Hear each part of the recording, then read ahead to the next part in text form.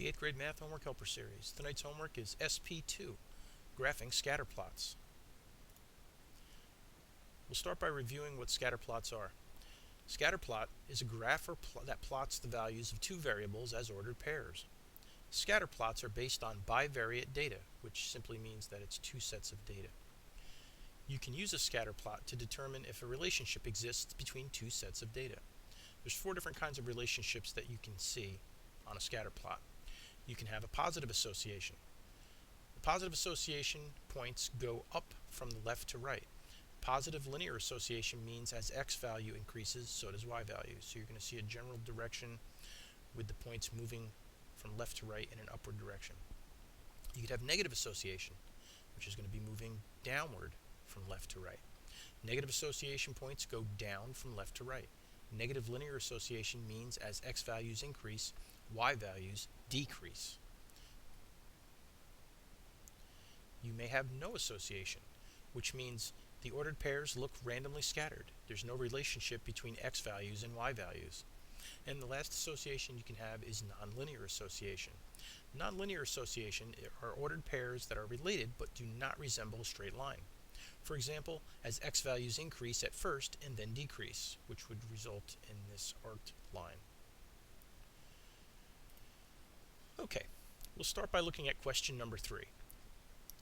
The data below shows the average quarterly stock price for a company during its first 3 years in business. So you had a blank graph that you had to fill out. I've given it a title, average quarterly stock price for the first 3 years of business. I labeled the y value as price per share, numbered by 2's up to 18, and I gave the x value for the quarter and numbered that 1 through 12. 12 because that's the biggest number I have here, and I went up to 18 because 18 is the largest number. Well, actually 14 is the largest number I have here, but my graph was big enough that I took it up that high. Okay, now I need to take and plot these points on this graph.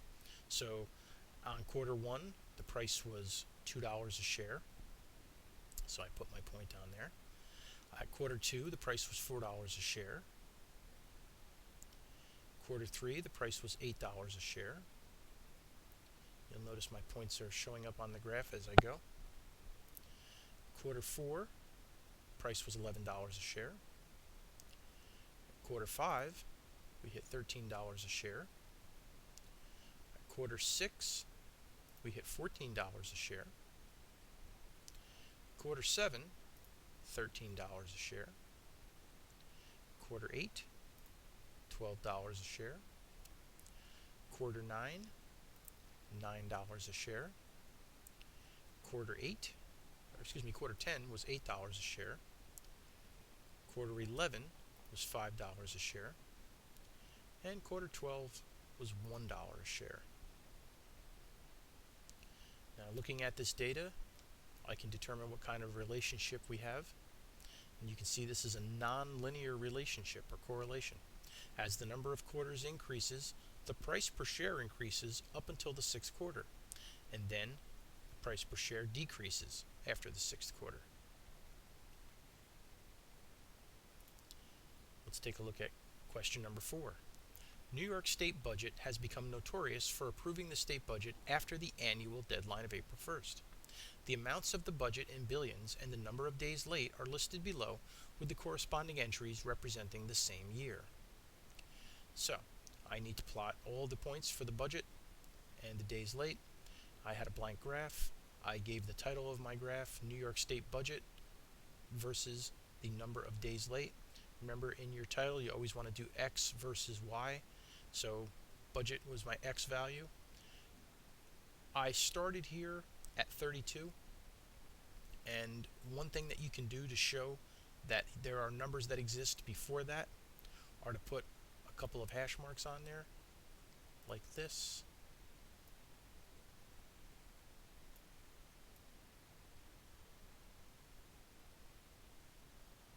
And that simply shows that you have numbers that are starting prior to 32. But since 32 was the smallest in terms of budget, that was where I started. And with days late, The highest amount of days late, if you look at the days late, was 133, so in counting by tens, I went up to 140. Okay, let's get these points plotted. So, at $101 billion, the budget was 33 days late. I'll put that point on. At $96 billion, the budget was 44 days late. At $91 billion, the budget was 45 days late. At $85 billion, it was 124 days late. At $80 billion, it was 34 days late. At $73 billion, it was 125 days late. At 71 billion, it was 13 days late. At 66 billion, it was 125 days late. At 63 billion, it was 103 days late. At 63 billion, a second time, it was only 67 days late. At 58 billion, it was 4 days late. At 55 billion, it was 1 day late. At 52 billion, it was 64 days late. At 49 billion, it was 48 days late. At 46 billion, it was 18 days late. At 44 billion, it was 19 days late. At 40 billion, it was 10 days late. And lastly, at 37 billion, it was 4 days late. Now, as we take a look at this data, you get the general idea that it's moving upward. There are definitely some that don't fit that 100%, but for the most part, it's going upward. We could suggest that they're outliers, perhaps, but if we were to make an overall evaluation of the correlation based on the points, the way they show up on this graph, I think we could suggest that it shows a positive correlation, but it's a weak one. And we would state that as the budget increases, the number of days the budget is late also seem to be increasing. Please use the work that was done for you tonight to help you to do the additional problems that are on your homework. Remember, the key to success in math is not only working hard, but working smart.